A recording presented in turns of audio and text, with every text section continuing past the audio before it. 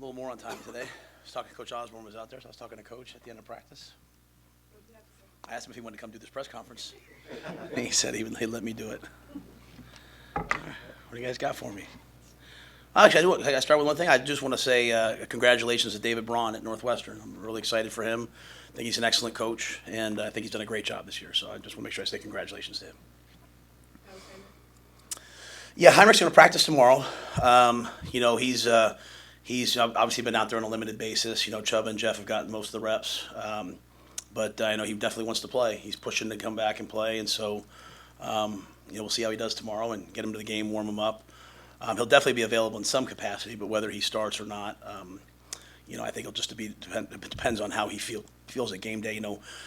We obviously wouldn't want to put him out there if we weren't able to run him and run the option and do the things that he does best. And so he'll test at full speed again tomorrow and see if he has the same good results. You might not want to give away the goods, but is that a game time decision on who starts, and how have Jeff and Chubba looked this week? I think Jeff and Chubba have done a really nice job this week. Obviously, anytime you have the kind of the things that have transpired last week, I think everyone comes in determined, knowing that they can, fix some of those things. And I think we fixed a lot of things as a staff, as players. I think they're both, with a chance knowing like, hey, I get all the reps. They've been able to get a lot of reps, and they've done a really nice job. And so, we're prepared to play either one or both. Jaden Doss is one of those interesting guys, I think, right on that 4-game line.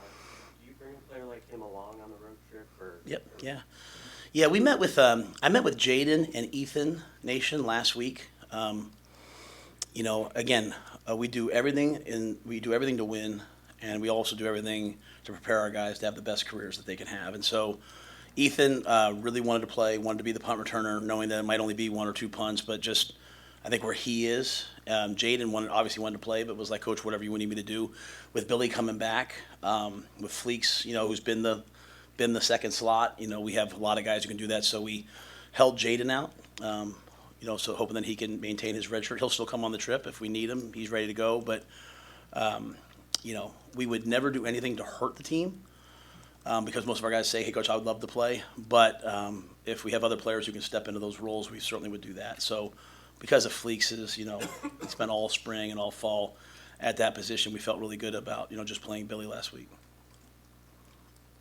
With the run defense, how do you think of the way the defensive line and the linebackers have kind of worked together to clamp up the interior funnel stuff outside? Yeah, I think our defensive linemen and linebackers have done a nice job, either when we're playing with movement, with pressure, or when we're playing base. I think they've all done a nice job of making sure that they're in our gaps. When you are a movement-based defense like we are, if one guy goes the wrong way, if one guy doesn't finish a movement, it creates a seam. So I think sometimes, people talk a lot about the scheme, but as with anything, it's the execution of the scheme that matters. And so when coaches lose, they a lot of time talk about execution. When we win, I like to brag on the execution. It's pretty good execution up front by those guys. And so we're able to play a lot of guys. And then our secondary, our safeties, we have guys who tackle. We have safeties who come down and play linebacker. We have corners who tackle. So I think all of it has worked really well together. Guys take a lot of pride in that. So this is an offense that runs for a lot of yards. They'll run the quarterback. We expect quarterback draw pretty much every play, because they have the ability to get to it at any time. Tanner's a really good athlete. Braylon's a big-time back. They have as well coached an offensive line as there is in the Big Ten, in my opinion. So it's going to be quite a challenge to both stop the run and then get pressure because, I think they're one of the least sacked teams in the Big Ten. They're really good up front. How well has this team stayed together through adversity relative to other teams that you've been around in football? Yeah, I think we just kind of we don't probably take the outside approach of it that this is adversity, and I think we see everything as growth. Obviously, we want to win games. When we've won games, we try to be honest about where we are, and when we've lost games, we try to be honest about where we are. I think all of our guys are really aspiring to win here, get to a bowl game, eventually win a championship, and go on and play in the NFL. And so when they see themselves growing and getting better, even if it hasn't reflected on the scoreboard yet, I think it's very tangible. And so I think there's a really nice brotherhood. I think there's a bunch of guys who have been together for a long time. I think they've battled adversity in the past, and so they're good at that. I challenged them this year to be able to handle prosperity. It wasn't too long ago we were talking about a 3-game win streak, and I kept challenging them to be the same team every day. And so this is kind of where we are right now. It's really actually a fun place to be when you go into every game knowing that, hey, you know what, we're going to have a chance to win it, but the other team has a chance to win it, and we're going to battle and get to that point. I mean, I love our guys. I love the way they respond to each other, have each other's back. I think it'll be really important, obviously, going to Camp Randall Stadium, playing on national TV, playing in the cold, which obviously the cold is nothing for us, but, I think it's going to take, it's just going to be just us, and so that'll be a lot of fun, and I've really, really enjoyed the guys this year. I mean, when you walk in this building, I think everyone absolutely knows what's happening, and everyone, at least what I see, everyone knows the growth that we're making. And as I tell our guys all the time, overnight success takes a long time, and everyone looks up and says, "Wow, how'd that happen?" Ron Brown reminds me sometimes about Coach Osborne's journey, and you look back in history and you see the 3 national championships and all the things. He talks to me about a lot of the ups and downs and adversity and some of the things that have happened. So I just really credit our guys that they've stayed kind of locked in and stayed tight and kept it about us, and that's what we'll need this week. What have you seen from Braylon Allen, and what are the biggest? Bears shirt, huh? Yeah. Nice. So I'm from Chicago. Nice. Yeah. What have you seen from Braylon Allen, and what challenges? What are the biggest challenges he's going to pose to your team? Well, I mean, Braylon Allen. I go to media day and I meet Braylon Allen, and I'm like, he's as big as most defensive ends. I mean, just an absolutely talented, freakish young man. Can run between the tackles. He's proven this year he can run outside zone. He can run power, counter. Can catch the ball in the backfield. Can protect. Just a really, really talented player. One of the best backs in the Big Ten. One of the best backs in the country. And I think he showed a lot about who he is as a character last week. He went out and battled and played. I'm sure he'll be ready to go Saturday. So, this offense, Coach Longo's offense, obviously, as I said, seeing it at North Carolina as we evaluate the backs coming out every year, they can run the football and they can challenge you and they can run in a multitude of ways. And I think Braylon's is, he's as talented and big a back and athletic a back as there is. It was a year ago about when Tristan hit some kicks everybody in the state saw in high school, and he was kind of a name that was out there. How have you seen him just handle the early struggles and get to where he's at now, going to the stretch run here? Yeah, it's interesting to think about when we got here. He didn't have an offer. He was had some preferred walk-on opportunities, and we offered him a scholarship. And really proud of him. Really enjoy coaching him. He's kind of what I was talking about. When you just look, if you're just Tristan and you just look at like, hey, what's this year been like for me? While we're 5-5 and would love to be 6-4, we'd love to be 7-3, 8-2. On a personal level, has he gotten better? Has he improved? Is he having growth? Has he made big time kicks? And I'd say you'd have to answer yes to all of those, and that's a lot of credit to him. I think for him, I think the thing about Tristan is he's grounded in something. He's not an emotional young man. He's grounded, great family. I think it's one of the benefits of when you're a local player and you come to the University of Nebraska and you have your family at the games. You have a chance to go home when you have a tough game, and he's just kind of persisted through everything. And some of those games that we've won because of him, because of his foot. So, when I saw him make that kick in the state championship game after the fact, obviously, it made perfect sense to me that you would offer him a scholarship and get him here. And I look forward to seeing him make those kicks for us. And it could be this Saturday. He's come a long way. And again, I just credit his mindset and really his family because he's just very grounded, and that allows him to get better. I know every game's on TV these days, but is there something special? You guys finished NBC primetime, CBS game on 11 a.m. Is that kind of nice, that spotlight? Oh, yeah, absolutely. The lifeblood of our program is both player development for the guys we have and recruiting. And I want recruits all across the country to watch our defense and say, man, I want to go play in that. I want recruits to watch our offense and watch us play well this week and say, man, I want to be a part of that. If we struggle in any one area, I want a guy to say, hey, I can come there and I can help in that. But most importantly, I want them to see that N, that iconic, white helmet with the red N that I grew up, watching as a kid in New York City. I want people all across the country to have a chance to see it. And I think, Todd Blackledge and that crew do as good a job as anyone. It's prime time. And as I said to you guys just a couple weeks ago, we expect moving forward that every game that we play in, the month of November and then December to be really important games with consequences, games where winning and losing means something. We have to become very comfortable with that. We have to almost become inoculated to that pressure. And so to go on the road and play on national TV and know that we're playing a really good team on, at their place, at the start of the fourth quarter, they're going to play jump around, and, it's college football. And there's some things on the line for us. I think it's really, really important for the growth of our team, and I hope we go out and we knock it out and play really well.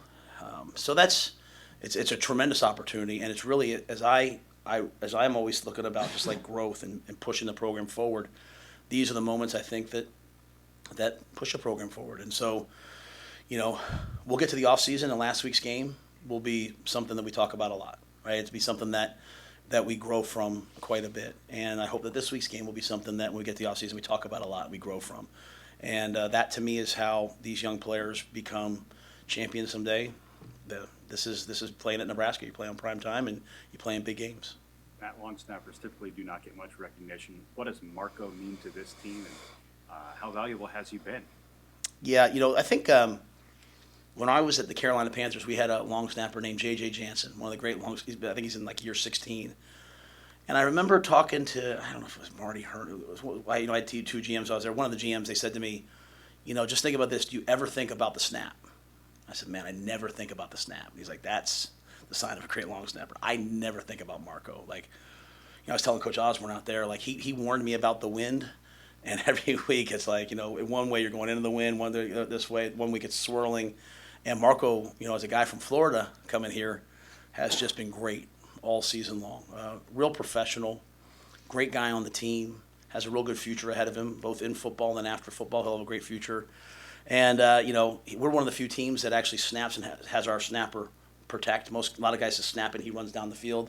And we do that to be a little more secure and also to help those guys as they get ready for the next level. He's done a great job in that area as well all year. He covers and made a great block on the fake punt last week. So he does a great job. Really, really proud of him. Some of the players talked about how you would put the recent success or track record of Nebraska versus Wisconsin. I did not do that. I did not do that. That might have been a strength coach. Might have been an assistant coach. That might have been a player. You guys know me. That has nothing to do with me.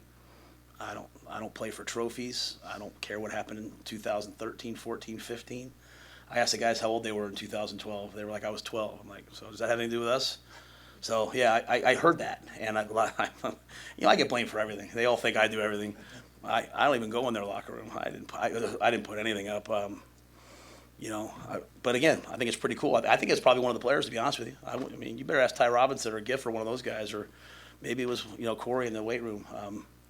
But yeah, that would never come from me. Is there I mean, I didn't mean to interrupt your question. you asked why you would do that? Yeah. No, I didn't do it. Yeah, I mean, I